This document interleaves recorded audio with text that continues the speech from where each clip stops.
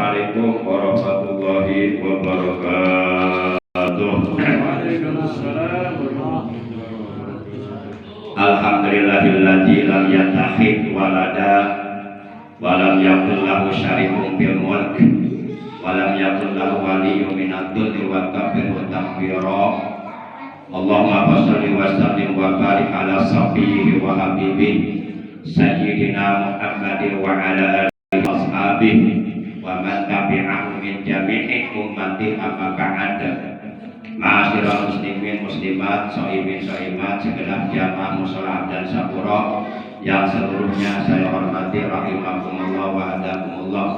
Bersyukur kita kepada Allah, malam ini kita telah sampai di malam yang ke-16 dalam rangka menjalankan perintah Allah dan Rasulnya.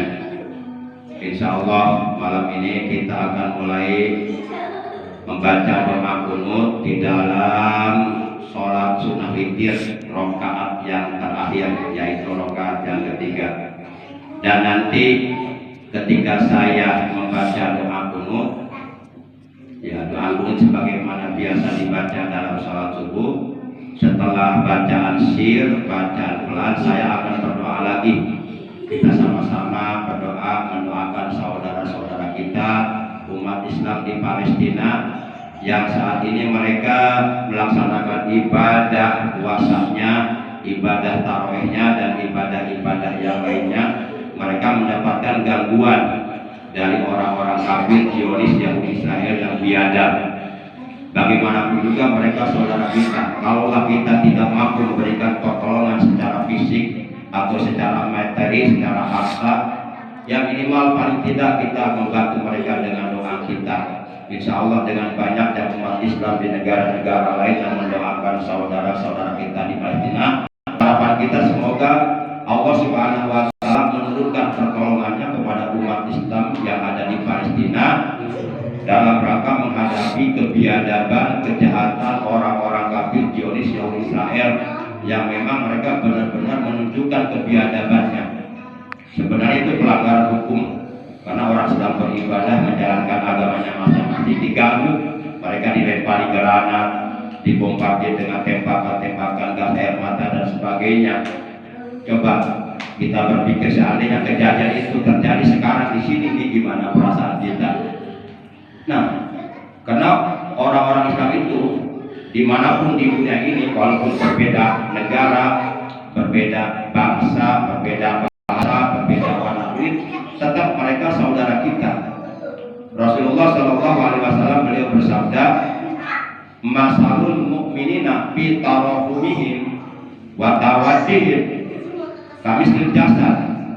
Jadi perumpamaan orang-orang Islam di dunia ini, walaupun berbeda bangsa dan negara, itu diibaratkan seperti sebuah tubuh.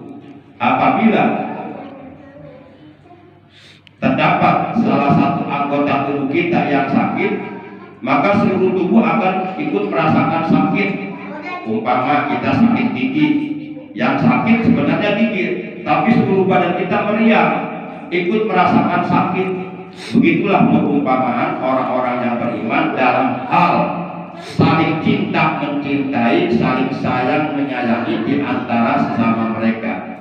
Maka nanti setelah kita membaca doa kunut yang sir, akan saya lanjutkan dengan doa mendoakan saudara-saudara kita di Palestina. Jadi bapak-bapak cukup amini saja doanya. Allahumma sallimna wa sallimil muslimina wal muslimati ikhwanana fi Palestina sallimhum bangsurhum min syarril Zionis Yahudi Israel ahlik man dhalamahum halakan ajilan birahmatika ya arhamar rahimin.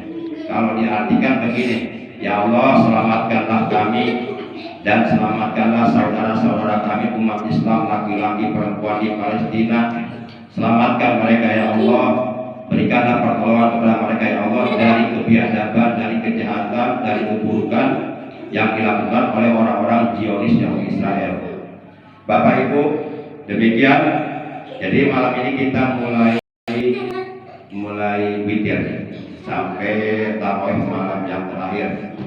Dan jangan lupa bahwa puasa Ramadan yang harus kita jalani tentu puasa Ramadan yang sesuai dengan kehendak Allah dalam Al-Quran surat 2 Al-Baqarah juz 2 ayat 183.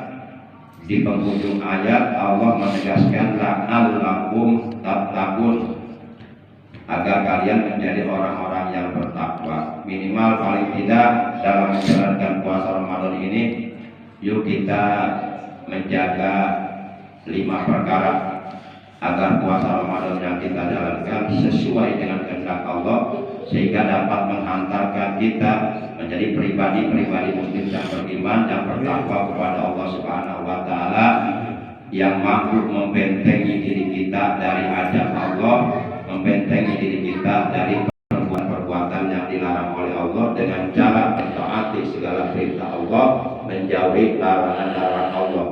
5 perkara tersebut yang harus kita jaga. Pertama, qadul basarkan kelima yudamu syar'an. Kita jaga pandangan mata kita dari setiap pandangan, dari setiap penglihatan yang dicela oleh agama. Yang kedua, yaitu hifdzul lisan anil katibi wal ghibati wan namimati wal yaminil ghamus. Menjaga ucapan kita dari perkataan dusta, dari berghibah atau menggunjing orang lain, kemudian dari namimah atau mengumpat atau memfitnah orang lain, dan dari melakukan sumpah palsu. Yang ketiga, kabul wujud anistimai kulli makruh.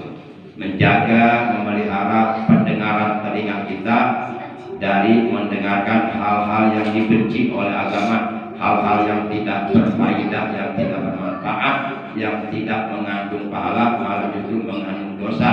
Kemudian kabul jamil afdal anil makari wa kabul batni anil subuhati bi waqti iftar.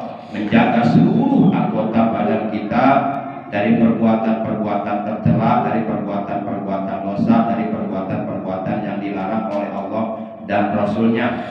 Karena tidak adanya kita menjalankan puasa dengan menahan lapar dan haus dari subuh sampai maghrib, akan tetapi anggota badan kita yang lainnya digunakan untuk melakukan perbuatan-perbuatan yang dilarang oleh Allah, maka menjadi sia-sialah pahala puasa kita di sisi Allah Subhanahu wa taala. Juga menjaga perut kita ketika berbuka puasa, menjaga perut kita ketika kita berbuka puasa, jangan sampai perut kita kemasukan barang-barang yang syubhat, barang-barang yang haram, barang-barang yang belum jelas halal dan haramnya. Pastikan ketika kita berbuka dengan makanan minuman yang benar-benar halal, yang benar-benar thayyibah, halalan thayyibah, yang benar-benar halal dan benar-benar baik, yang benar-benar diridhoi oleh Allah Subhanahu wa taala. Dan yang kelima, agar hendaknya ketika kita berbuka puasa jangan berlebih-lebihan, jangan berlama-lamaan, jangan terlalu israf, jangan terlalu berlebihan sampai ketinggalan salat maghrib, sampai perut kita penuh dengan makanan, sampai kencang, sampai kita melalaikan kewajiban salat maghrib. Allah Subhanahu wa taala berfirman dalam hadis qudsi, "Ahabbul ibad ilayya afdalul fitra." Hamba-hambaku yang paling aku sukai, yang paling aku cintai, kata Allah, adalah afdaluhum fitra, adalah mereka ketika mereka berbuka puasa di waktu maghrib, berbuka puasanya singkat, berbuka puasanya tidak berlebih-lebihan, tidak berlama-lamaan, tidak sampai melalaikan kewajiban sholat fardu maghrib. Demikian, terima kasih, mohon maaf. Hadanallahu wa iyyakum ajmain. Wassalamualaikum warahmatullahi wabarakatuh.